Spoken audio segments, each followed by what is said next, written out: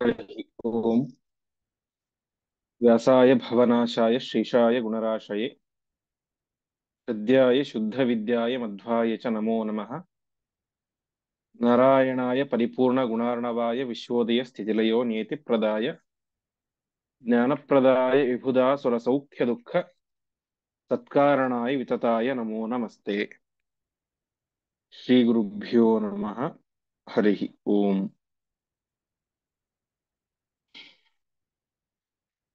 ನಿನ್ನೆಯ ಪಾಠದಲ್ಲಿ ನಾವು ನೋಡಿದಂತೆ ಆಯಾವ ಪಾಂಡು ಮಹಾರಾಜ ಮತ್ತು ಧೃತರಾಷ್ಟ್ರ ಇವರಿಬ್ಬರ ಜನನ ವೇದವ್ಯಾಸ ದೇವರಿಂದಾಗಿ ಅಂಬಿಕೆ ಮತ್ತು ಅಂಬಾಲಿಕೆ ಎನ್ನುವಂತಹ ಇಬ್ಬರು ಕುರುವಂಶದ ಸೊಸೆಯರಲ್ಲಿ ಆಗಿದೆ. ನಿಯೋಗ ಪದ್ಧತಿ ಆಗಿನ ಕಾಲದಲ್ಲಿ ಪ್ರಚಲಿತವಾದಂತಹ ಒಂದು ನಿಯೋಗ ಪದ್ಧತಿ ಎನ್ನುವಂತಹ ಒಂದು ವಿಧಾನದಿಂದಾಗಿ ಅವರಿಬ್ಬರಲ್ಲಿ ಸಂತಾನ ಎಂಬುದು ಆಯಿತು.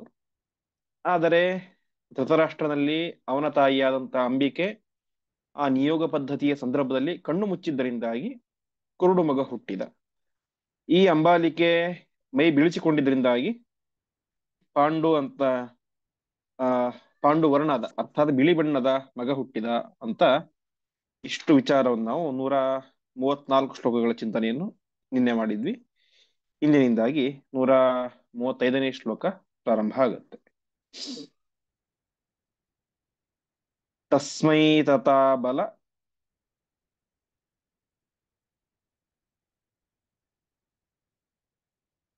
ವೀರ್ಯಾಧಿಕತ್ವಂ ವರಂ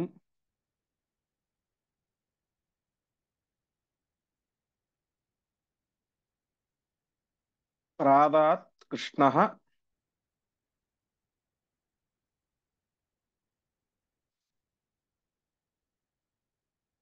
ಏವಾಥ ಪಾಂಡುಂ.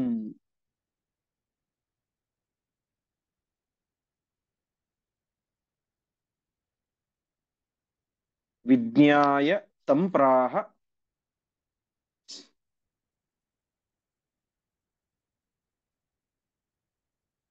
ಪುನಶ್ಚ ಮಾತಾ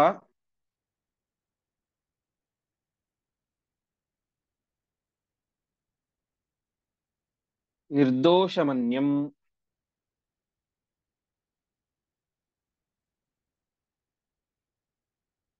ಜನಯೋತ್ತಮಂ ಸುತಂ.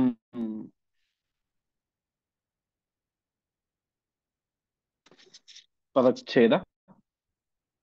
ತಸ್ಮೈ ತಥಾ ಬಲವೀರ್ಯಾಧಿಕತ್ವಂ ವರಂ ಪ್ರಾದಾತ್ ಕೃಷ್ಣಃ ಏವ ಅಥ ಪಾಂಡುಂ ವಿಜ್ಞಾಯ ತಂ ಪ್ರಾಹ ಪುನಃ ಚ ಮಾತಾ ನಿರ್ದೋಷಂ ಅನ್ಯಂ ಜನಯ ಉತ್ತಮಂ ಸುತಂ.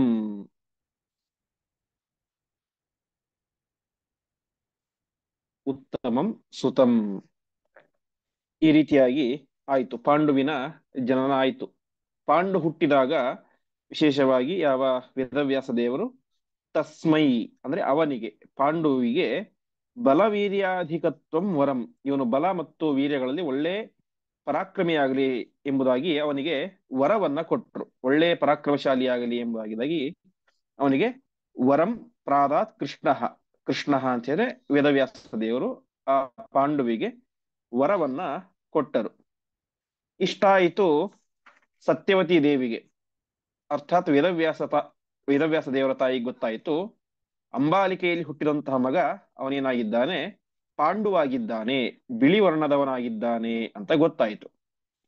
ಈ ರೀತಿಯಾಗಿ ತಿಳಿದಾಗ ಮತ್ತೆ ಅವಳೇನ್ ಮಾಡ್ತಾಳೆ, ಇನ್ನೊಬ್ಬ ನಿರ್ದೋಷ ಮನ್ಯಂ ಜನಯ ಉತ್ತಮಂ ಸುತಂ, ನಿರ್ದೋಷ ದೋಷ ಇಲ್ಲದೆ ಇರುವಂತಹ ಮೊದಲ ಮಗನಲ್ಲಿ ಅವನಂತೂ ಹುಟ್ಟು ಕುರುಡ, ಇವನಲ್ಲಿ ಮೈ ಪೂರ್ತಿ ಬಿಳಿ ಬಣ್ಣ ಪಾಂಡುವರ್ಣ, ಹಾಗಾಗಿ ನಿರ್ದೋಷ ಯಾವುದೇ ದೋಷ ಇಲ್ಲದೆ ಇರುವಂತಹ ಅನ್ಯಂ ಉತ್ತಮಂ ಸುತಂ, ಇನ್ನೊಬ್ಬ ಉತ್ತಮ ಮಗನನ್ನ ನೀನು ಆ ಜನಯ ಹುಟ್ಟಿಸಬೇಕು ಅಂತ ಕೇಳ್ಕೊಳ್ತಾ ಇದ್ದಾಳೆ ತನ್ನ ಮಗನಾದಂತಹ ವೇದವ್ಯಾಸರ ಹತ್ರ. ಒಟ್ಟು ತಾತ್ಪರ್ಯ ಇಷ್ಟು. ಆ ಕಡೆ ಧೃತರಾಷ್ಟ್ರ ಹುಟ್ಟು ಕುರುಡನಾಗಿ ಬಿಟ್ಟ, ಪಾಂಡು ಮಹಾರಾಜನ ಮೈ ತುಂಬಾ ಆ ಒಂದು ಪಾಂಡುವರ್ಣ ಬಿಳಿ, ಅತಿಯಾದಂತಹ ಬಿಳಿ ಬಣ್ಣ, ಅದರಿಂದಾಗಿ ರಾಜ್ಯಭಾರ ಮಾಡ್ಲಿಕ್ಕೆ ಅಷ್ಟೊಂದು ಅದು ಸಮರ್ಪಕ ಆಗೋದಿಲ್ಲ. ಹಾಗಾಗಿ ಯಾವುದೇ ದೋಷ ಇಲ್ಲದೆ ಇರುವಂತಹ ಒಬ್ಬ ಉತ್ತಮನಾದಂತಹ ಇನ್ನೊಬ್ಬ ಮಗನನ್ನು ಹುಟ್ಟಿಸಬೇಕು ನೀನು ಅಂತ ಸತ್ಯವತಿ ದೇವಿ ತನ್ನ ಮಗನಾದಂತಹ ವೇದವ್ಯಾಸರಿಗೆ ಹೇಳಿದಳು. ಮುಂದೆ ಉಕ್ತ್ವೇತಿ ಕೃಷ್ಣಂ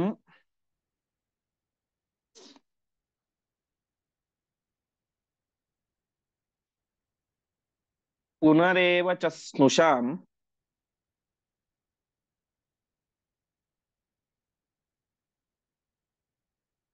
ಆಹತ್ವಯಾಕ್ಷ್ಣೋರಿಹಿ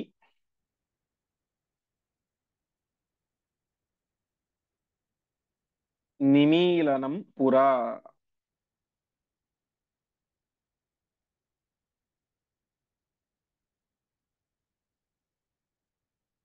ಕೃತಂ ತತಸ್ತೆ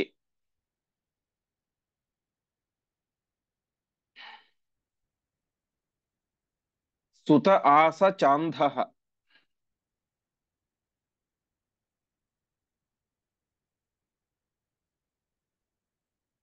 ತತಃ ಪುನಃ ಕೃಷ್ಣಂ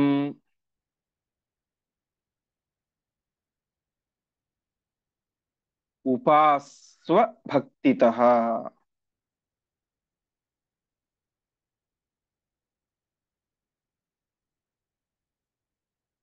ಪದಚ್ಛೇದ ಉಕ್ತ್ವಾ ಇತಿ ಕೃಷ್ಣಂ ಪುನಃ ಏವ ಚ ಸ್ನುಷಾಂ ಆಹ ತ್ವಯಾ ಅಕ್ಷ್ಣೋಃ ಹಿ ನಿಮೀಲನಂ ಪುರ ಕೃತಂ ತತಃ ತೇ ಸುತಃ ಆಸ ಚ ಅಂಧಃ ತತಃ ಪುನಃ ಕೃಷ್ಣಂ ಉಪಾಸ್ವ ಭಕ್ತಿತಃ.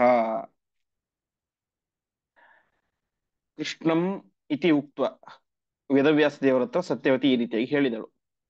ಇವರಿಗೆ ವೇದವ್ಯಾಸ ದೇವರಿಗೆ ಈ ವಿಚಾರ ತಿಳಿಸಿ ಪುನಃ ಏವ ಸ್ನುಷಾಮಹ ಮತ್ತೆ ಪುನಃ ಸ್ನುಷ ಸ್ನುಷ ಅಂತ ಹೇಳಿ ಸೊಸೆ ಅಂತ ಸೊಸೆಯ ಹತ್ತಿರ ಹೋಗಿ ಈ ರೀತಿ ಹೇಳ್ತಾ ಇದ್ದಾಳೆ, ಅಂಬಿಕಾ ನೀನು ತ್ವಯ ಅಂದ್ರೆ ನಿನ್ನಿಂದಾಗಿ ಅಕ್ಷ್ಣೋಹೋ ನಿಮೀಲನಂ ಪುರಾ ಕೃತಂ. ಅಕ್ಷ್ಣೋಹನೆ ಕಣ್ಣುಗಳು, ನಿಮೀಲನ ಅಂದ್ರೆ ಮುಚ್ಚೋದು. ನೀನು ಹಿಂದೆ ನಿಯೋಗ ಪದ್ಧತಿಗೆ ಅಂತ ಹೋದಾಗ ಕಣ್ಣುಗಳನ್ನು ಮುಚ್ಕೊಂಡ್ಬಿಟ್ಟಿ. ತ್ವಯ ಅಕ್ಷ್ಣೋಹೋ ನಿಮೀಲನಂ ಕೃತಂ, ಕಣ್ಣು ಮುಚ್ಚಿಕೊಂಡು ಅದರಲ್ಲಿ ಭಾಗಿಯಾದೆ. ಹಾಗಾಗಿ ಏನಾಯ್ತು, ತೇ ಸುತಃ ಅಂಧಃ ಆಸ, ನಿನ್ನ ಸುತ ಮಗ ಏನಾದ ಅಂಧನಾಗಿ ಬಿಟ್ಟ. ಅಂಧ ಆಸ, ಆಸ ಅಂದ್ರೆ ಆದ, ಕುರುಡಾದಂತಹ ಮಗ ನಿನಗೆ ಆಗಿಬಿಟ್ಟ.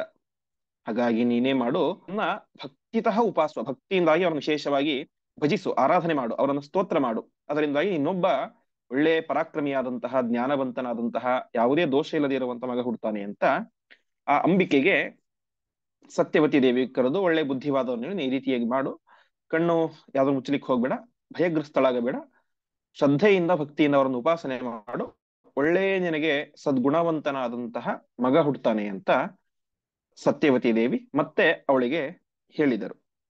ಮುಂದೆ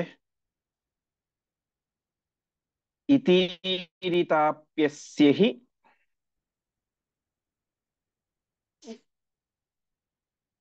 ಮಾಯಯಾಸ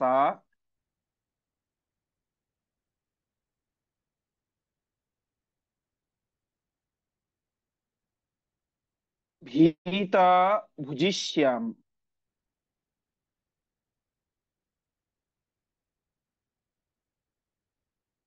ಕುಮತಿರ್ನಿಯೋಜಯತ್.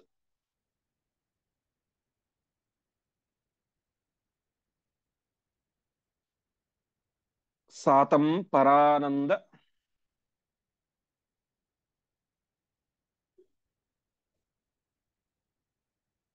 ತನುಂ ಗುಣಾರ್ಣವಂ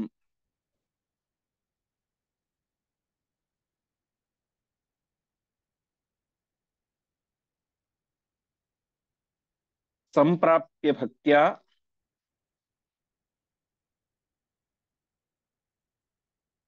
ಪರಯೈವ ರೇಮೇ.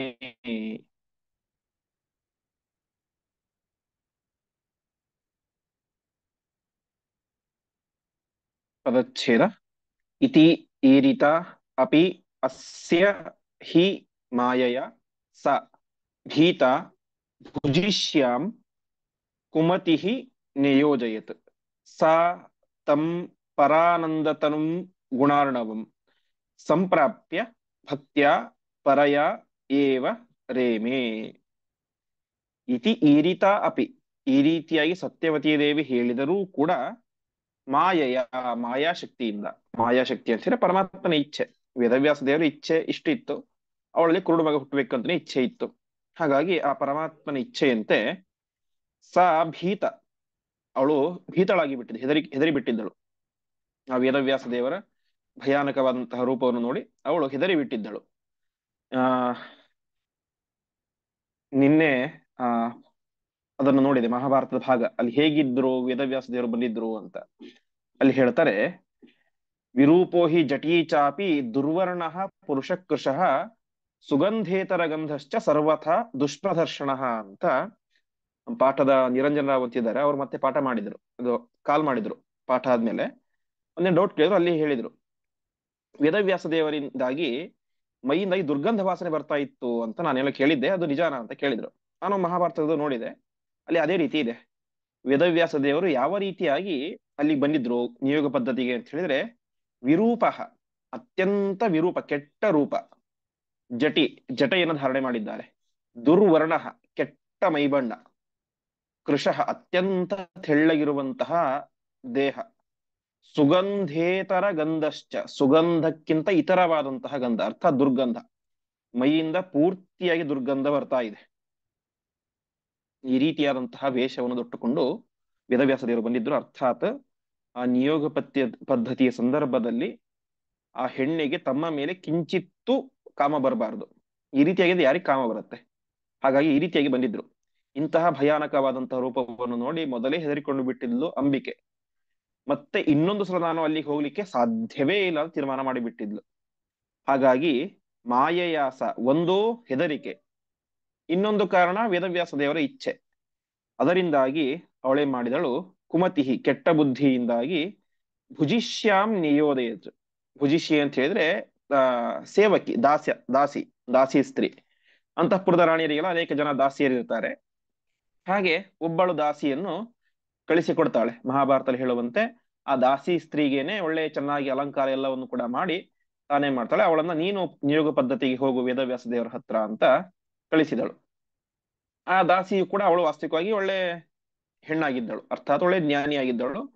ಆ ದಾಸಿ ಏನ್ ಮಾಡ್ತಾಳೆ, ತಮ್ ಪರಾನಂದ ತನು, ಪರಾನಂದ ತನು ಅಂತ ಹೇಳಿದ್ರೆ ಜ್ಞಾನಾನಂದಗಳ ಸ್ವರೂಪ ಅವರ ಶರೀರ, ವೇದವ್ಯಾಸ ದೇವರ ಶರೀರ. ನಮಗೆ ಅಲ್ಲಿ ಹೋದಾಗ ಅವರಿಗೆ ನೋಡ್ಲಿಕ್ಕೆ ಕೆಟ್ಟ ಶರೀರ, ಮೈಯಿಂದ ವಾಸನೆ ಬರ್ತಾ ಇದೆ, ಹಾಗೆ ಹೀಗೆ ಎಲ್ಲ ಇದೆ, ಕಪ್ಪಗಿದೆ, ತೆಳ್ಳಗಿದ್ದಾರೆ, ಹುಟ್ಟಿನಲ್ಲಿ ನೋಡಿದರೆ ಅಸಹ್ಯ ಬರುವಂತೆ ದೇಹ ಇದೆ.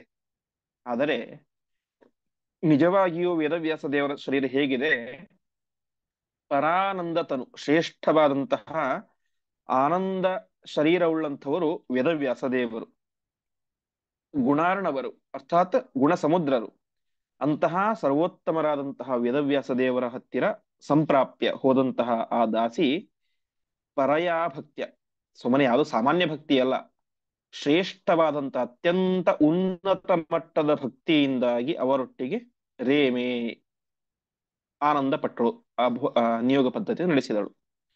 ಹೀಗೆ ರಾಜಕುಮಾರಿಗಳ ಕುಮಾರಿಯರಾದಂತಹ ಆ ಅಂಬಿಕೆ ಮತ್ತು ಅಂಬಾಲಿಕೆ, ಒಬ್ಬಳು ನೋಡಿ ಹೆದರಿದಳು, ಇನ್ನೊಬ್ಬಳು ಹೆದರಿ ಕಣ್ಣು ಮುಚ್ಚಿದಳು, ಇನ್ನೊಬ್ಬಳು ಹೆದರಿ ಮೈ ಪೂರ್ತಿ ಬೀಳ್ಚಿಕೊಂಡು ಬಿಟ್ಲು. ಆದರೆ ಒಬ್ಬ ಅವರ ಸೇವೆಯನ್ನ, ಅವರ ಕೆಲಸವನ್ನ ಮಾಡುವಂತ ಒಬ್ಬ ಪರಿಚಾರಕಿ ಸ್ತ್ರೀ, ದಾಸಿ ಸ್ತ್ರೀ ಆ ವೇದವ್ಯಾಸರನ್ನ ಭಕ್ತಿಯಿಂದಾಗಿ ಸೇವನೆ ಮಾಡಿದಳು. ಅದರ ಫಲವಾಗಿ ಅವಳಲ್ಲಿ ಸಾಕ್ಷಾತ್ ಯಮಧರ್ಮರಾಜ ವಿದುರನಾಗಿ ಅವತಾರ ಮಾಡಿದ ಅಂತ ಹೇಳ್ತಾ ಇದ್ದಾರೆ. ಈ ರೀತಿಯಾಗಿ ಅವಳು ಭಕ್ತಿಯಿಂದಾಗಿ ಅವರ ಸೇವನೆ ಮಾಡಿದಳು, ಕಿಂಚಿತ್ತೂ ಹೆದರ್ಲಿಲ್ಲ. ಆ ಇಬ್ಬರಿಗೆ ಎಷ್ಟು ಭಯಾನಕವಾದಂತಹ ರೂಪವನ್ನು ತೋರಿಸಿದ್ದರೋ ಇವಳಿಗೂ ಕೂಡ ಅಷ್ಟೇ ಭಯಾನಕವಾದಂತಹ ರೂಪವನ್ನು ತೋರಿಸಿದರು. ಆದರೆ ಅವಳು ಹೆದರ್ಲಿಲ್ಲ, ಭಕ್ತಿಯಿಂದಾಗಿ ಅವರ ಸೇವೆಯನ್ನ ಮಾಡಿದಳು. ಅದರಿಂದ ಏನಾಯ್ತು, ತಸ್ಯಾಂಸ ದೇವೋಜನಿ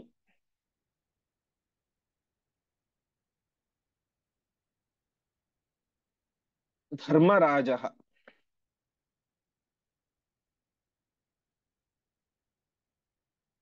ಮಾಂಡವ್ಯ ಶಾಪಾದ್ಯ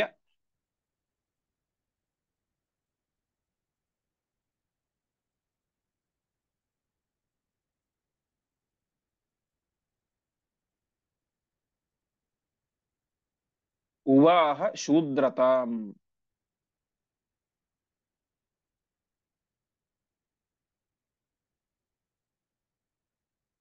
वसिष्ठ साम्यम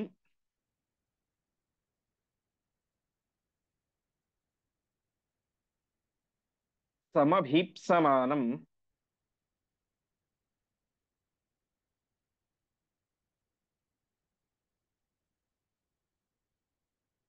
प्रत्यावयन्निच्छया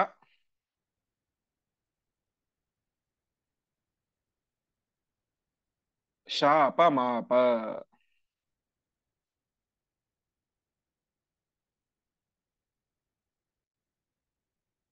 पदच्छेद तस्यां सः देवः अजनि धर्मराजः माण्डव्यशापात् यः उवाह शूद्रताम् वसिष्ठसाम्यं समभीप्समानं प्रत्यावयन् इच्छया ಶಾಪಂ ಆಪ।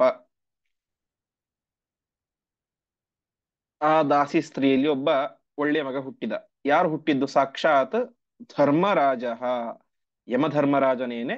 ತಸ್ಯಾಂ ದೇವ ಅಜನಿ, ಯಮದೇವ ಅವಳಲ್ಲಿ ಅಜನಿ ಅಂದ್ರೆ ಹುಟ್ಟಿದ ಅಂತ. ಯಾಕೆ ಅವನು ಹುಟ್ಟಿದ? ಕಾರಣ ಏನು ಅಂತ ಹೇಳಿದ್ರೆ ಅದಕ್ಕೆ ಹೇಳ್ತಾ ಇದ್ದಾರೆ. ಮಾಂಡವ್ಯ ಶಾಪಾದ್ಯ ಉವಾಹ ಶೂದ್ರತ. ವಾಸ್ತವಿಕವಾಗಿ ಆ ದಾಸಿ ಒಬ್ಬ ಶೂದ್ರ ಸ್ತ್ರೀ. ಆ ಮಾಂಡವ್ಯ ಋಷಿಗಳ ಶಾಪದಿಂದಾಗಿ ಯಮಧರ್ಮರಾಜ ಒಬ್ಬ ಶೂದ್ರನಾಗಿ ಹುಟ್ಟಬೇಕಾದಂತಹ ಸಂದರ್ಭ ಬಂದಿತ್ತು. ಮಾಂಡವ್ಯ ಅಂತ ಒಬ್ಬ ಋಷಿಗಳು, ಆ ಋಷಿಗಳು ಇವನಿಗೆ ಶಾಪವನ್ನ ಕೊಟ್ಟಿದ್ರು ಯಮಧರ್ಮರಾಜನಿಗೆ. ಅದಕ್ಕಾಗಿ ಅವನು ಶೂದ್ರನಾಗಿ ಹುಟ್ಟಬೇಕಾಯಿತು. ಸರಿ, ಅವ್ರ್ಯಾಕೆ ಶಾಪ ಕೊಟ್ರು ಇವನಿಗೆ ಅಂತ ಹೇಳಿದ್ರೆ, ವಸಿಷ್ಠ ಸಾಮ್ಯಂ ಸಮಭೀಪ್ಸಮಾನಂ ಪ್ರಚ್ಛಾವಯನ್ ಇಚ್ಛಯ ಶಾಪಮಾಪ. ಆ ಮಾಂಡವ್ಯ ಋಷಿಗಳು ತಪಸ್ ಮಾಡ್ತಾ ಇದ್ರು. ತಪಸ್ ಯಾಕೆ ಮಾಡ್ತಾ ಇದ್ದು ಅಂತ ಹೇಳಿದ್ರೆ, ವಸಿಷ್ಠ ಸಾಮ್ಯಂ ಸಮಭೀಪ್ಸಮಾನಂ, ವಸಿಷ್ಠರಂತೆ ತಾನು ಆಗಬೇಕು. ವಸಿಷ್ಠರು ಬ್ರಹ್ಮರ್ಷಿಗಳು, ತಾನೂ ಕೂಡ ವಸಿಷ್ಠರಿಗೆ ಸಮಾನವಾಗಬೇಕು ಅಂತ ತನ್ನ ಯೋಗ್ಯತೆಯನ್ನು ಮೀರಿದಂತಹ ಸ್ಥಾನವನ್ನು ಬಯಸಿ ತಪಸ್ ಮಾಡ್ತಾ ಇದ್ದ. ಹಾಗಾಗಿ ಪ್ರತ್ಯಾವಯನ್, ಆ ತಪಸ್ಸಿನಿಂದಾಗಿ ಅವರನ್ನ ವಿಮುಖರನ್ನಾಗಿ ಮಾಡಬೇಕು, ಅರ್ಥಾತ್ ಅವರಿಗೆ ತಪೋಭಂಗ ಮಾಡಬೇಕು. ವಸಿಷ್ಠ ಸಾಮ್ಯಂ ಸಮಭೀಪ್ಸಮಾನಂ ಪ್ರತ್ಯಾವಯನ್, ಸಮಭೀಪ್ಸಮಾನಂ ಅಂದ್ರೆ ಬಯಸಿ ತಪಸ್ ಮಾಡ್ತಾ ಇದ್ದಂತಹ ಆ ಮಾಂಡವ್ಯರನ್ನ ಪ್ರತ್ಯಾವಯನ್, ಪ್ರತ್ಯಾವಯನ್ ಅಂದ್ರೆ ವಿಮುಖರನ್ನಾಗಿಸೋದು, ತಪಸ್ಸನ್ನು ಬಿಟ್ಟು ಅವರನ್ನು ಎಬ್ಬಿಸೋದು. ಆ ರೀತಿ ಮಾಡ್ಲಿಕ್ಕಾಗಿ ಇಚ್ಛೆಯ ಶಾಪಮಾಪ. ಇಲ್ಲಿ ಶಾಪ ಕೊಟ್ಟರು ಅಂದ ತಕ್ಷಣ ಅವನೇ ಶಾಪ ಕೊಟ್ಬಿಟ್ಟ ಮಾಂಡವ್ಯ ಋಷಿಗಳು ಅನಿವಾರ್ಯವಾಗಿ ಸ್ವೀಕಾರ ಮಾಡಬೇಕಾಯ್ತು ಅಂತಿಲ್ಲ. ತಮ್ಮ ಇಚ್ಛೆಯಿಂದಲೇನೆ ಯಮಧರ್ಮರಾಜ ಆ ಶಾಪವನ್ನು ಪಡೆದಿದ್ರು ಅಂತ ಆಚಾರ್ಯ ನಿರ್ಣಯವನ್ನು ಕೊಡ್ತಾ ಇದ್ದಾರೆ. ಈ ರೀತಿಯಾಗಿ ಶಾಪವನ್ನು ಪಡೆದ್ರು ಅಂತ. ಸರಿ, ಶಾಪವನ್ನು ಪಡೆದಂತಹ ಸಂದರ್ಭ ಏನು, ಯಾಕೆ ಶಾಪ ಪಡೆದ್ರು ಅಂತೆಲ್ಲ ಮುಂದೆ ತಿಳಿಸ್ತಾ ಹೋಗ್ತಾರೆ. ಅಯೋಗ್ಯ ಸಂಪ್ರಾಪ್ತಿ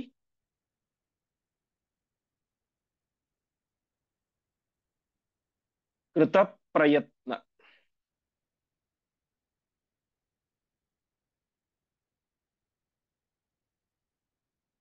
ದೋಷಾತ್ ಸಮಾರೋಪಿತಂ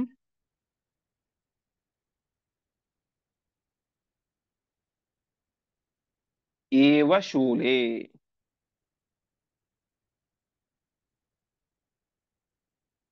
ಚೋರೈರ್ಹೃತೇರ್ಥೇಪಿ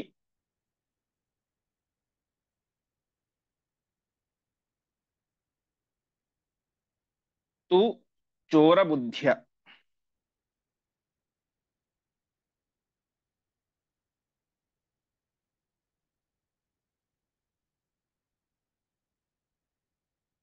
ಮಕ್ ಮಕ್ಷೀವಧಾದಿತ್ತಿ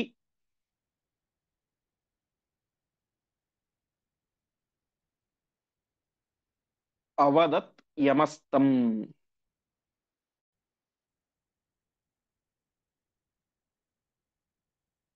ಪದಚ್ಛೇದ ಅಯೋಗ್ಯ ಸಂಪ್ರಾಪ್ತಿ ಕೃತ ಪ್ರಯತ್ನಾತ್, ಅಯೋಗ್ಯ ಸಂಪ್ರಾಪ್ತಿ ಕೃತ ಪ್ರಯತ್ನ ದೋಷಾತ್ ಸಮಾರೋಪಿತಂ ಏವ ಶೂಲೆ.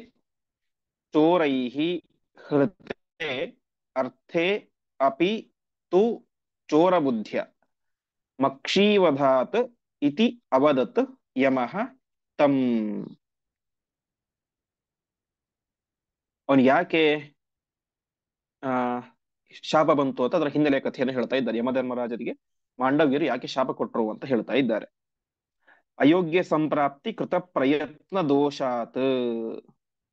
ವಾಸ್ತವಿಕವಾಗಿ ಅಯೋಗ್ಯ ಸಂಪ್ರಾಪ್ತಿ ಕೃತ ಪ್ರಯತ್ನ ದೋಷಾತ್. ಅಯೋಗ್ಯವಾದಂತಹ, ತನಗೆ ಯೋಗ್ಯತೆ ಇಲ್ಲ ವಸಿಷ್ಠರಷ್ಟು ಎತ್ತರದಕ್ಕೆ ಏರೋದಕ್ಕೆ, ಆದರೂ ಕೂಡ ಅದಕ್ಕೋಸ್ಕರ ಪ್ರಯತ್ನವನ್ನು ಮಾಡಿದ, ತಪಸ್ಸನ್ನು ಮಾಡಿದ. ನಾನು ವಸಿಷ್ಠರಂತ ಆಗಬೇಕು ಅಂತ ತಪಸ್ಸನ್ನ ಮಾಡಿದ. ಆ ರೀತಿಯಾಗಿ ಮಾಡಿದ್ದರಿಂತಹ ದೋಷದಿಂದಾಗಿ ಅವನನ್ನ ಸಮಾರೋಪಿತಮೇವ ಶೂಲೆ, ಶೂಲಕ್ಕೆ ಏರಿಸಿದರು. ಅರ್ಥ, ಶೂಲವನ್ನು ಅವನ ಬೆನ್ನಿಗೆ ಚುಚ್ಚಿ ಏರಿಸಿದರು ಅಂತ. ಯಾವ ಸಂದರ್ಭ ಅದು ಅಂತ ಹೇಳಿದ್ರೆ, ಚೋರೈ ಹೃತೇರ್ಥೇಪಿತು ಚೋರ ಬುದ್ಧಿಯ. ಯಾರೋ ಕಳ್ಳರು ಅರ್ಥೇ ಹೃತೆ, ಯಾರೋ ಒಬ್ಬರ ಆ ದುಡ್ಡನ್ನ ಅಪಹಾರ ಮಾಡಿದ್ರು. ಅರಮನೆಯಲ್ಲಿ ರಾಜನ ದ್ರವ್ಯವನ್ನ ಅಪಹಾರ ಮಾಡಿದ್ರು. ಅದನ್ನು ತೆಗೆದುಕೊಂಡು ಹೋಗಿ ಎಲ್ಲಿ ಇಟ್ರು? ಈ ಮಾಂಡವ್ಯ ಋಷಿ ತಪಸ್ ಮಾಡ್ತಾ ಇದ್ದ, ಅಲ್ಲಿ ಇಟ್ಬಿಟ್ರು. ರಾಜ ಸೈನಿಕರು ಬಂದು ನೋಡ್ತಾರೆ, ಸಂಪತ್ತು ಇಲ್ಲೇ ಇದೆ. ಇವನೇ ಕಳ್ಳ, ಅರ್ಥಾತ್ ಮಾಂಡವ್ಯ ಋಷಿಗಳನ್ನೇ ಕಳ್ಳ ಅಂತ ಅನ್ಕೊಂಡು ತಾವೇನ್ ಮಾಡಿದರು, ಅವನನ್ನ ಕರೆದುಕೊಂಡು ಹೋಗಿ ಅವನ ಶೂಲಕ್ಕೆ ಏರಿಸಿದ್ರು. ಮುಂದೆ ಅವರು ಹೋಗಿ, ಅರ್ಥ ಯಮಧರ್ಮರಾಜನ ಹತ್ರ ಮುಂದೆ ಮಾಂಡವ್ಯ ಋಷಿಗಳು ಹೋಗಿ ಕೇಳ್ತಾರೆ, ನನ್ಗೆ ಯಾಕೆ ಇಷ್ಟು ದೊಡ್ಡ ಶಿಕ್ಷೆ ಬಂತು ಅಂತ. ಆವಾಗ ಅವ್ರು ಹೇಳ್ತಾರೆ, ಮಕ್ಷಿ ವಧಾದಿತಿ ಅವದತ್ಯಮಸ್ತಂ. ಮಕ್ಷಿ ಅಂತ ಹೇಳಿದ್ರೆ ಇವತ್ತು ನಾವು ನೊಣ, ಹಿಂದಿಯಲ್ಲಿ ಅದಕ್ಕೆ ಮಕ್ಕಿ ಅಂತ ಕರೀತಾರೆ. ಅದರ ಮೂಲ ಮಕ್ಷಿ ಅಂತ. ನೀನು ಚಿಕ್ಕವನಾಗಿದ್ದಾಗ ಒಂದು ನೊಣಕ್ಕೆ ಸೂಜಿ ತಗೊಂಡು ಚುಚ್ಚಿದ್ದಿ, ಅದಕ್ಕೆ ನಿನಗೆ ಈ ರೀತಿಯಾದಂತಹ ಶಾಪ ಬಂತು, ಪ್ರಸಂಗ ಬಂತು, ದುಃಖ ಬಂತು ಅಂತ ಹೇಳ್ತಾರೆ. ಇದು ಶ್ಲೋಕದ ತಾತ್ಪರ್ಯ. ಈ ಸಂಕ್ಷಿಪ್ತವಾಗಿ ಆಚಾರ್ಯ ಹೇಳ್ತಾರೆ. ಅಂದ್ರೆ ವಾಸ್ತವಿಕ ನಿಜವಾದಂತಹ ಘಟನೆ ಏನು ಅಂತ ಹೇಳಿದ್ರೆ, ಕೆಲವು ಜನ ಕಳ್ಳರು ಒಬ್ಬ ರಾಜನ ಅರಮನೆಯಲ್ಲಿ ಕಳ್ಳತನ ಮಾಡಿದರು. ಅವನ ಹಿಂದೆ ಸೈನಿಕರು ಬಂದ್ರು. ಸೈನಿಕರು ಓಡೋಡಿ ಬರ್ತಾ ಇದ್ದಾರೆ, ಇವ್ರಿಗೆ ಏನ್ ಮಾಡ್ಬೇಕು ಅಂತ ಗೊತ್ತಾಗ್ಲಿಲ್ಲ. ಅಲ್ಲಿ ಹತ್ರ ಮಾಂಡವ್ಯ ಋಷಿಗಳ ಆಶ್ರಮ ಇತ್ತು. ಮಾಂಡವ್ಯ ಋಷಿಗಳ ಆಶ್ರಮಕ್ಕೆ ಹೋಗ್ತಾರೆ. ಇಲ್ಲಿ ನಾವು ರಕ್ಷಣೆ ಸಿಗ್ಬೋದು ಅಂತ ಅಲ್ಲಿ ಕುತ್ಕೊಂಡ್ಬಿಡ್ತಾರೆ. ಸೈನಿಕರು ಬಂದು ನೋಡ್ತಾರೆ, ದುಡ್ಡೆಲ್ಲ ಮಾಂಡವ್ಯ ಋಷಿಯ ಆಶ್ರಮದಲ್ಲಿ ಇದೆ. ಕಳ್ಳತನ ಮಾಡಿದಂತ ವ್ಯಕ್ತಿಗಳು ಕೂಡ ಅಲ್ಲೇ ಇದ್ದಾರೆ. ಈ ಮಾಂಡವ್ಯ ಋಷಿಗಳು ತಪಸ್ ಮಾಡ್ತಾ ಇದ್ದಾರೆ. ತಪಸ್ ಮಾಡ್ತಾ ಇರೋದು ಯಾವ ಸ್ಥಿತಿಯಲ್ಲಿ ಅಂತ ಹೇಳಿದ್ರೆ, ಸಮಾಧಿ ಸ್ಥಿತಿಯಲ್ಲಿ. ಅರ್ಥಾತ್ ಹೊರಗಿನ ಜಗತ್ತಿನ ಎಚ್ಚರವೇ ಇಲ್ಲದಂತ ಪರಿಸ್ಥಿತಿಯಲ್ಲಿ ತಪಸ್ ಮಾಡ್ತಾ ಇದ್ದಾರೆ ಮಾಂಡವ್ಯ ಋಷಿಗಳು. ಸುತ್ತಲೂ ಒಂದಿಷ್ಟು ಜನ ಕಳ್ಳರಿದ್ದಾರೆ, ಕಳ್ಳತನ ಮಾಡಿದಂತ ಕಳ್ಳರು. ಸೈನಿಕರು ಬಂದು ನೋಡ್ತಾರೆ, ಕಳ್ಳರು ಇಲ್ಲೇ ಇದ್ದಾರೆ, ದುಡ್ಡು ಇಲ್ಲೇ ಇದೆ, ಈ ಆಶ್ರಮದಲ್ಲೇ ಇದೆ. ಹಾಗಾಗಿ ತಪಸ್ ಮಾಡ್ತಾ ಇರುವಂತಹ ಈ ವ್ಯಕ್ತಿ ಈ ಕಳ್ಳರ ಗುಂಪಿಗೆ ನಾಯಕನಿರಬಹುದು ಅಂತ ಅಂದುಕೊಂಡು ಕರೆದುಕೊಂಡು ಹೋಗ್ತಾರೆ. ಕರೆದುಕೊಂಡು ಹೋಗಿದ್ದು ಕೂಡ ಈ ಮಾಂಡವ್ಯ ಋಷಿಗಳಿಗೆ ಎಚ್ಚರವಿಲ್ಲ. ಆ ರೀತಿಯಾದಂತಹ ಒಂದು ಸಮಾಧಿ ಸ್ಥಿತಿಯಲ್ಲಿ ತಪಸ್ ಮಾಡ್ತಾ ಇದ್ದಾರೆ. ಕೊನೆಗೆ ಕಳ್ಳರಿಗೆಲ್ಲ ಏನ್ ಮಾಡಿದ್ರು, ಒಂದು ಇದನ್ನ ಹಾಕಿದ್ರು, ಏನು ಶೂಲಕ್ಕೆ ಏರಿಸುವಂತಹ ಒಂದು ಶಿಕ್ಷೆ ಅಂತ. ಅರ್ಥಾತ್ ಒಂದು ಕಡೆ ಶೂಲವನ್ನು ಸಿಕ್ಕಿಸಿ ಅವರ ದೇಹವನ್ನು ಅದಕ್ಕೆ ಚುಚ್ಚಿ ಬಿಡೋದು. ಅಲ್ಲಿ ಅವರು ನರಳಿ ಒದ್ದಾಡಿ ಸಾಯ್ತಾರೆ. ಈ ರೀತಿಯಾಗಿ ಎಲ್ಲ ಕಳ್ಳರಿಗೂ ಅದೇ ರೀತಿ ಮಾಡಿದ್ರು. ಎಲ್ಲರಿಗೂ ದುಃಖ ಆಯಿತು, ಸತ್ತು ಹೋಗ್ಬಿಟ್ರು ಎಲ್ಲರೂ ಕೂಡ. ಆದರೆ ಮಾಂಡವ್ಯ ಋಷಿಗೆ ಬೆನ್ನಿಗೆ ಶೂಲವನ್ನ ಚುಚ್ಚಿದ್ದರೂ ಕೂಡ ಅವರಿಗೆ ಅದರ ಪರಿವೇ ಇಲ್ಲದೇನೆ ಶೂಲಕ್ಕೆ ಏರಿಸಿದ್ದಾಗಲೂ ಕೂಡ ತಪಸ್ ಮಾಡ್ತಾ ಇದ್ರು ಅಂತೆ. ಶೂಲಕ್ಕೆ ಏರಿಸಿದ್ದಾಗ ಮಾಂಡವ್ಯ ಋಷಿಗಳು ತಪಸ್ ಮಾಡ್ತಾ ಇದ್ರು. ಇದನ್ನು ನೋಡಿ ರಾಜನಿಗೆ ತುಂಬಾ ಆಶ್ಚರ್ಯ ಆಗ್ಬಿಡ್ತು ಅಂತೆ.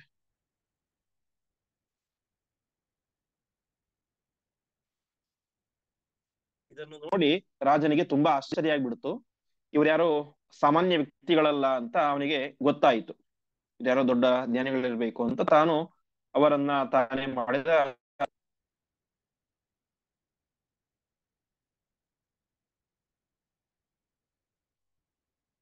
ಅವರನ್ನ ಅವ್ರ ಹತ್ರ ಕ್ಷಮೆಯನ್ನು ಕೇಳಿ ಅವ್ರನ್ನ ಬಿಡುಗಡೆಗೊಳಿಸಿಬಿಟ್ಟ. ದಯವಿಟ್ಟು ನನ್ನ ತಪ್ಪಾಯಿತು, ನನ್ನ ಕ್ಷಮಿಸಿ ಬಿಡಿ ಅಂತ ಆ ಮಾಂಡವ್ಯ ಋಷಿಗಳ ಹತ್ರ ತಾನು ಕ್ಷಮೆಯನ್ನ ಕೇಳಿದ. ಕ್ಷಮೆಯನ್ನು ಕೇಳಿದ ಅಲ್ಲಿ ಏನಾಗ್ಬಿಟ್ಟಿತ್ತು ಒಂದು ಸಮಸ್ಯೆ ಅಂತ ಹೇಳಿದ್ರೆ, ಅವರಿಗೆ ಚುಚ್ಚಿದಂತಹ ಶೂಲದಿಂದಾಗಿ ಅವರನ್ನು ತೆಗೆದ್ರು, ಕತ್ತರಿಸಿದ್ರು ಶೂಲವನ್ನ. ಆದರೆ ಶೂಲದ ಒಂದಿಷ್ಟು ಭಾಗ ಅವರ ದೇಹದಲ್ಲಿ ಹಾಗೆ ಉಳಿದು ಬಿಟ್ಟಿತ್ತು. ಹೇಗೆ ಮುಳ್ಳು ಚುಚ್ಚಿರುತ್ತೆ ದೇಹ, ನಮಗೆ ಕಾಲಿ ಚುಚ್ಚುತ್ತೆ, ಮುಳ್ಳು ತೆಗಿತೇವೆ, ಕೆಲವೊಂದ್ಸಲ ಮುಳ್ಳು ಸ್ವಲ್ಪ ಅದರಲ್ಲೇ ಉಳ್ಕೊಂಡ್ಬಿಟ್ಟಿರುತ್ತೆ. ಹಾಗೆ ಮಾಂಡವ್ಯ ಋಷಿಗಳಿಗೆ ಚುಚ್ಚಿದಂತಹ ಶೂಲ ಅದನ್ನು ತೆಗೆದರೂ ಕೂಡ ಸ್ವಲ್ಪ ಭಾಗ ಅವರ ದೇಹದಲ್ಲಿ ಉಳಿದು ಬಿಟ್ಟಿತ್ತು. ಅದಕ್ಕೋಸ್ಕರನೇ ಮುಂದೆ ಅವರಿಗೆ ಆಣಿ ಮಾಂಡವ್ಯ ಅಂತ ಕರೆದ್ರು. ಆಣಿ ಅಂತ ಹೇಳಿದ್ರೆ ಇವತ್ತಿಗೂ ಕೂಡ ಕನ್ನಡದಲ್ಲಿ ಮೊಳೆ ಅಂತ ಅರ್ಥ. ಆ ರೀತಿಯಾಗಿ ದೊಡ್ಡ ಮೊಳೆಯನ್ನ ಅರ್ಥ ಶೂಲವನ್ನ ಅವರ ದೇಹದಲ್ಲಿ ಹಾಗೆ ಉಳಿದಿತ್ತು. ಹಾಗಾಗಿ ಅವರಿಗೆ ಆಣಿ ಮಾಂಡವ್ಯ ಅಂತಾನೇನೆ ಹೆಸರು ಬಂತು. ಆ ಆಣಿ ಮಾಂಡವ್ಯ ಋಷಿಗಳು ನೇರವಾಗಿ ಯಮಧರ್ಮರಾಜನ ಹತ್ರ ಹೋಗ್ತಾರೆ ಅಂತೆ. ನನಗೆ ಯಾಕೆ ಈ ಶಿಕ್ಷೆ ಬಂತು ಅಂತ, ನನಗೆ ಯಾಕೆ ಈ ರೀತಿಯ ಶಿಕ್ಷೆ ಬಂತು ಎಂಬುದಾಗಿ ಹೇಳಿದಾಗ, ವಾಸ್ತವಿಕವಾಗಿ ಯಮಧರ್ಮರಾಜ ಏನಂತ ಕಾರಣ ಕೊಡ್ಬೇಕಾಗಿತ್ತು ಅವರಿಗೆ. ಈ ರೀತಿಯಾದಂತ ಶಿಕ್ಷೆ ಬರ್ಲಿಕ್ಕೆ ಕಾರಣ ನಿಜವಾಗಿ ಏನು ಅಂತ ಹೇಳಿದ್ರೆ, ಆ ವಸಿಷ್ಠ ಸಾಮ್ಯ ಸಮಭೀಪ್ಸಮಾನ, ವಸಿಷ್ಠರಂತೆ ತಾನಾಗಬೇಕು, ವಸಿಷ್ಠರಿಗೆ ಸಮನಾಗಬೇಕು ಅಂತ ತಪಸ್ಸು ಮಾಡಿದ್ರಿಂದಾಗಿ ಅವರಿಗೆ ಈ ಶಿಕ್ಷೆ ಬಂದದ್ದು ನಿಜವಾದಂತಹ ಕಾರಣ. ಆದರೆ ಯಮಧರ್ಮರಾಜ ಆ ಕಾರಣವನ್ನು ಹೇಳಲಿಲ್ಲ. ಅವನೇನ್ ಹೇಳಿದ, ನೀನು ಚಿಕ್ಕ ಮಗುವಾಗಿದ್ದಾಗ ಒಂದು ಸಲ ಒಂದು ನೊಣವನ್ನು ಹಿಡಿದುಕೊಂಡು ಅದಕ್ಕೆ ಸೂಜಿನ ಚುಚ್ಚಿದೆ. ಸೂಜಿ ತಗೊಂಡು ಚಿಕ್ಕ ಹುಡುಗನಾಗಿದ್ದಾಗ ನೊಣಕ್ಕೆ ಚುಚ್ಚಿದೆ. ಆ ಒಂದು ತಪ್ಪಿಗಾಗಿ ನಿನಗೆ ಇವತ್ತು ದೊಡ್ಡ ಸೂಜಿಯಿಂದಾಗಿ ಶೂಲದಿಂದಾಗಿ ಚುಚ್ಚಿದ್ದಾರೆ. ಸೊ ನಿನಗೆ ಈ ರೀತಿ ಶಿಕ್ಷೆ ಅನುಭವಿಸ್ಲಿಕ್ಕೆ ಕಾರಣ ಏನು? ನೀನು ಚಿಕ್ಕವನಾಗಿದ್ದಾಗ ಮಾಡಿದಂತಹ ತಪ್ಪು ಎಂಬುದಾಗಿ ಹೇಳ್ತಾರೆ. ಇಷ್ಟು ಆಗಿದ್ದು ಈ ರೀತಿಯ ಕಾರಣವನ್ನು ಹೇಳಿದ. ಇದು ಈ ಶ್ಲೋಕದ ಹಿನ್ನೆಲೆ. ಅದರಿಂದಾಗಿ ಮುಂದೆ ಆಣಿ ಮಾಂಡವ್ಯರು ಏನೇ ಹೇಳಿದರು ಅಂತ ಮುಂದಿನ ಶ್ಲೋಕದಲ್ಲಿ ತಿಳಿಸ್ತಾ ಇದ್ದಾರೆ. ನಾಸತ್ಯತಾ ತಸ್ಯ ಚ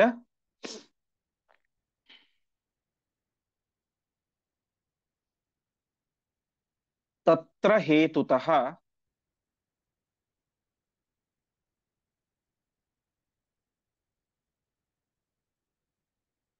ಶಾಪಂ ಗೃಹೀತುಂ ಸಹ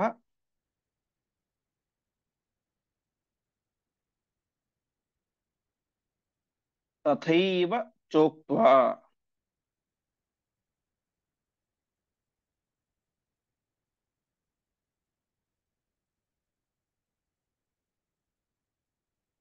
ಅವಾಪ ಶೂದ್ರತ್ವಂ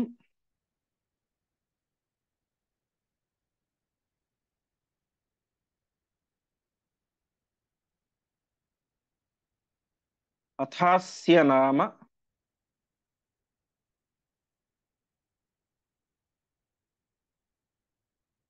ಚಕ್ರೇ ಕೃಷ್ಣಃ ಸರ್ವವಿತ್ವಂ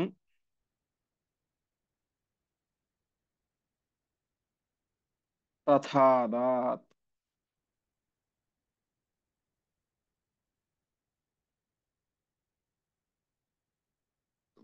ಪದಚ್ಛೇದ. ನ ಅಸತ್ಯತ ತಸ್ಯ ಚ ತತ್ರ ಹೇತುತಃ ಶಾಪಂ ಗ್ರಹೀತುಂ ಚ ತಥಾ ಏವ ಚ ಉಕ್ತ್ವಾ ಅವಾಪ ಶೂದ್ರತ್ವಂ ಅಥ ಅಸ್ಯ ನಾಮ ಚಕ್ರೆ ಕೃಷ್ಣಃ ಸರ್ವವಿತ್ವಂ ತಥಾ ಅದಾತ್. ನಾ ಸತ್ಯತ, ಯಮಧರ್ಮರಾಜ ಹೇಳಿದ್ದೇನು ಸುಳ್ಳಲ್ಲ. ಯಾಕೆ? ಅವ್ರು ಹೇಳಿದ್ದೇನು, ನೀ ತಪ್ಪು ಮಾಡಿದ್ದೀಯಾ ಅಂತ ಹೇಳಿದ್ರು. ನ ಅಸತ್ಯತ, ಆ ಯಮಧರ್ಮರಾಜ ಹೇಳಿದಂತಹ ಮಾತಲ್ಲಿ ಸುಳ್ಳಿನ ಅಂಶ ಏನು ಇರಲಿಲ್ಲ. ಆದರೆ ತಸ್ಯ ತತ್ರ ಹೇತುತಃ, ಆದರೆ ಅವರು ಮಾಡಿದಂತಹ ಆ ಒಂದು ಸಣ್ಣ ತಪ್ಪು ಏನು, ನೊಣಕ್ಕೆ ಸೂಜಿ ಚುಚ್ಚಿದಂತಹ ತಪ್ಪು, ಅದು ಈ ಒಂದು ಶಿಕ್ಷೆಗೆ, ಅರ್ಥಾತ್ ಶೂಲಕ್ಕೆ ಏರಿಸುವಂತಹ ದೊಡ್ಡ ಶಿಕ್ಷೆಗೆ ಅದು ತುಂಬಾ ಸಣ್ಣ ಕಾರಣ. ನಿಜವಾದಂತಹ ಕಾರಣ ಏನು? ವಸಿಷ್ಠರ ಸಾಮ್ಯವನ್ನು ಬಯಸಿ ತಪಸ್ಸನ್ನು ಮಾಡಿದ್ದೇನೆ ಅವರನ್ನ ಶೂಲಕ್ಕೆ ಏರಿಸಲಿಕ್ಕೆ ಕಾರಣ. ಯಮಧರ್ಮರಾಜ ಏನ್ ಮಾಡಿದ್ರು? ಆ ಕಾರಣವನ್ನು ಹೇಳಿಲ್ಲ, ಬೇರೆ ಕಾರಣವನ್ನು ಹೇಳಿದ್ರು. ಅದು ಸುಳ್ಳಲ್ಲ, ಆದರೆ ಇದಕ್ಕೆ ಕಾರಣ ಅಲ್ಲ. ಅವರು ಮಾಡಿದ್ದು ಸತ್ಯ. ಆ ಬಾಲ್ಯದಲ್ಲಿ ಮಾಂಡವ್ಯ ಋಷಿಗಳು ನೊಣಕ್ಕೆ ಸೂಜಿ ತಗೊಂಡು ಚುಚ್ಚಿದ್ದು ಸತ್ಯ, ತಪ್ಪು ಮಾಡಿದ್ದು ಸತ್ಯ. ಆದರೆ ಆ ರೀಸನ್, ಆ ಒಂದು ಏನು ಕಾರ್ಯ ಇದಕ್ಕೆ ರೀಸನ್ ಆಗೋದಿಲ್ಲ, ಶೂಲ ಚುಚ್ಚಲಿಕ್ಕೆ ಕಾರಣ ಆಗೋದಿಲ್ಲ. ಅದು ತುಂಬಾ ಸಣ್ಣ ತಪ್ಪು, ಅದರಲ್ಲೂ ಚಿಕ್ಕ ವಯಸ್ಸಲ್ಲಿ ಮಾಡಿದಂತ ತಪ್ಪು. ಹಾಗಾಗಿ ಋಷಿಗಳಿಗೆ ತುಂಬಾ ಸಿಟ್ಟು ಬಂತು ಅಂತೆ. ನಾಸತ್ಯ ತಚ ಹೇತುತಃ ಶಾಪಂ ಗೃಹೀತುಂಚ ತಥೈವ ಚೋಕ್ತ. ಹಾಗಾದ್ರೆ ನಿಜವಾದಂತ ಕಾರಣ ಹೇಳ್ಬೋದಾಗಿತ್ತಲ್ಲ ಯಮಧರ್ಮರಾಜ. ಇಲ್ಲಪ್ಪ, ನೀನು ಈ ರೀತಿಯಾಗಿ ವಸಿಷ್ಠರ ಸಾಮ್ಯವನ್ನು ಬಯಸಿ ಏನು ತಪಸ್ ಮಾಡಿದ್ದೆ, ಅದಕ್ಕೆ ನನಗೆ ಈ ರೀತಿ ಶಿಕ್ಷೆ ಬಂತು ಅಂತ ನಿಜ ಹೇಳಿಬಿಟ್ಟಿದ್ರೆ ಏನೋ ಆಗ್ತಾನೆ ಇರ್ಲಿಲ್ಲ. ಆದರೆ ಈ ರೀತಿಯಾದ ಕಾರಣವನ್ನು ಯಾಕೆ ಹೇಳಿದ್ರು ಯಮಧರ್ಮರಾಜ?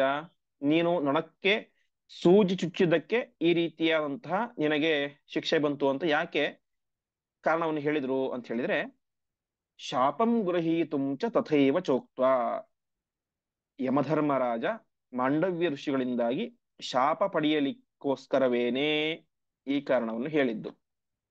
ಶಾಪ ಯಾಕೆ ಪಡಿಬೇಕಾಗಿತ್ತು ಯಮಧರ್ಮರಾಜ ಅವರಿಗೇನು ಅಂತ ಹೇಳಿದ್ರೆ, ಯಮಧರ್ಮರಾಜನಂತಹ ಶ್ರೇಷ್ಠ ಜ್ಞಾನಿಗೆ, ಉತ್ತಮ ದೇವತೆಗೆ ಶಾಪವನ್ನು ಕೊಟ್ಟರೆ ಮಾಂಡವ್ಯ ಋಷಿಗಳು ಸಂಪಾದನೆ ಮಾಡಿದಂತಹ ಅಧಿಕ ಪುಣ್ಯ ಹ್ರಾಸ ಆಗ್ತಾ ಇತ್ತು. ಅದಕ್ಕೋಸ್ಕರ ಪರಮಾತ್ಮನ ಇಚ್ಛೆಯಂತೆ, ಪರಮಾತ್ಮನ ಅಪ್ಪಣೆಯಂತೆ ಈ ರೀತಿಯಾಗಿ ಯಮ ಮಾಡಿದ. ತಾವೇ ಬಯಸಿ ಆ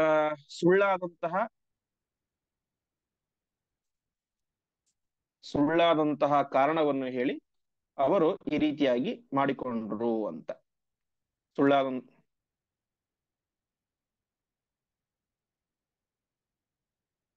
ಸುಳ್ಳಾದಂತಹ ಒಂದು ಕಾರಣವನ್ನು ಹೇಳಿ, ನೀನು ಆ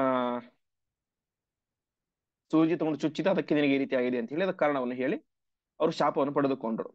ಇದರಿಂದಾಗಿ ಅವರೇನ್ ಮಾಡಿದ, ಅವಾಪ ಶೂದ್ರತ್ವಂ, ನೀನು ಮುಂದೆ ಶೂದ್ರನಾಗಿ ಹುಟ್ಟು ಅಂತ ಆ ಮಾಂಡವ್ಯ ಋಷಿಗಳು ಯಮಧರ್ಮರಾಜನಿಗೆ ಶಾಪವನ್ನು ಕೊಟ್ರು.